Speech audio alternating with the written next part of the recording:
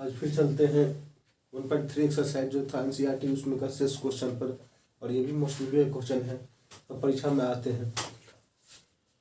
तो सिद्ध कीजिए कि 7√5 एक अपरिमेय संख्या।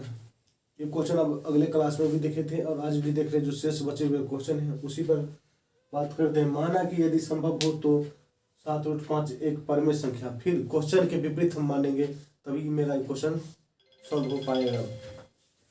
तो 7√5 p/q एक परिमेय संख्या के फॉर्म में है या अंश या हर के रूप में है, ठीक है, जहाँ p और q कोई पूर्णांक है जिसका HCF 1 है। तो ये मल्टीप्लाई में रहेगा 7√5, तो ये नीचे आ जाएगा, ठीक है।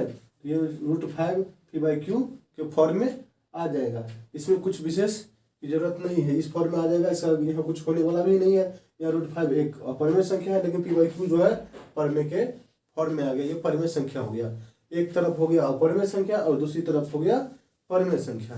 तो दोनों देखिए इस प्रकार से है। इसीलिए अपरिमेय संख्या परिमेय संख्या, क्योंकि दोनों कभी बराबर नहीं होता है, ठीक है। इसीलिए इस प्रकार हमारी मान्यता गलत हुआ कि 7/5 एक परिमेय संख्या, क्योंकि हम माने थे परिमेय संख्या, इसलिए मेरा मान्यता गलत हो गया। अतः 7/5 एक अपरिमेय संख्या है। इस प्रकार सवाल सॉल्व हो गया। क्वेश्चन पे सिद्ध कीजिए कि 1/√2 एक अपरिमेय संख्या है। ये अगला क्वेश्चन है और इस क्वेश्चन को भी हम सॉल्व करते हैं, ठीक है। यहाँ पे जो है मान लेंगे कि माना कि यदि संभव हो तो 1/√2 एक परिमेय संख्या है। 1/√2 बराबर p/q इसलिए मानते हैं कि परिमेय संख्या के ये फॉर्म होता है, ये बेस होता है और इसी के रूप में होता है, अंश या हर के रूप में होता है। परिमेय संख्या को हम लोग डिनोट्स करते हैं जहाँ p और q कोई पूर्णांक है जिसका HCF 1 है।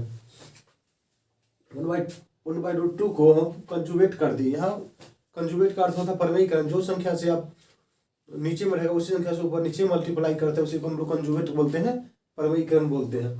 तो 1 को √2 से किए तो √2 और √2 को गुना किए 4 होता है, उसका वर्गमूल फिर आपको 2 ही होगा। फिर यहाँ से हमने क्रॉस मल्टीप्लाई कर दिए, तो क्रॉस मल्टीप्लाई करेंगे यहाँ से हम, तो 2p हो जाएगा, 2q हो जाएगा, ठीक है। वही संख्या को यहाँ लिखे हैं और यहाँ मल्टीप्लाई किए हैं, ठीक है। इसे करें।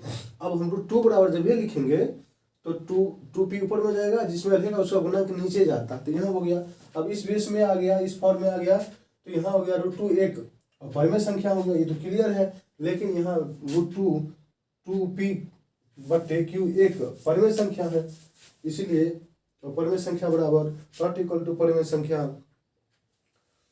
इस प्रकार हमारी मान्यता गलत हुआ कि 1/√2 एक परिमेय संख्या है, अतः 1/√2 एक अपरिमेय संख्या प्रूव हो गया। इस तरह से ये भी सवाल सॉल्व हो चुका है, ठीक है। चलिए अब नेक्स्ट क्वेश्चन पे चलते हैं। इसमें का लास्ट क्वेश्चन है और उम्मीद है कि इस क्वेश्चन के बाद आपका सारा क्वेश्चन बनेगा। और मैट्रिक में ये सवाल एक फिक्स है कि रहता ही है सभी साल, और इस बार उम्मीद है कि आपका भी मिलेगा ये सवाल, इसलिए प्रैक्टिस कीजिए। चलिए देखते हैं। सिद्ध कीजिए कि 6+√2 एक अपरिमेय संख्या है। यदि माना कि यदि संभव हो तो 6+√2 एक परिमेय संख्या है।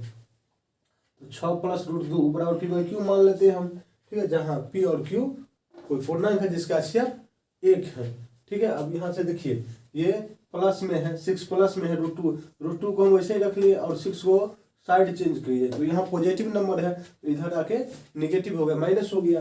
अब हो गया p/q -6 और q और 1 में हम एलसीएम लिए तो q होगा, q से भाग दोगे तो q कट जाएगा, यहाँ बच जाएगा p, और 1 से भाग दोगे तो q को 6 से मल्टीप्लाई होगा तो 6q होगा। इस फॉर्म में ये आ जाएगा, यहाँ √2 p रह जाएगा, ठीक है। आगे चलिए, यहाँ √2 एक परिमेय संख्या हो गया फिर, लेकिन यहाँ p/q के रूप में ही है, एक परिमेय संख्या ही होगा, ठीक है।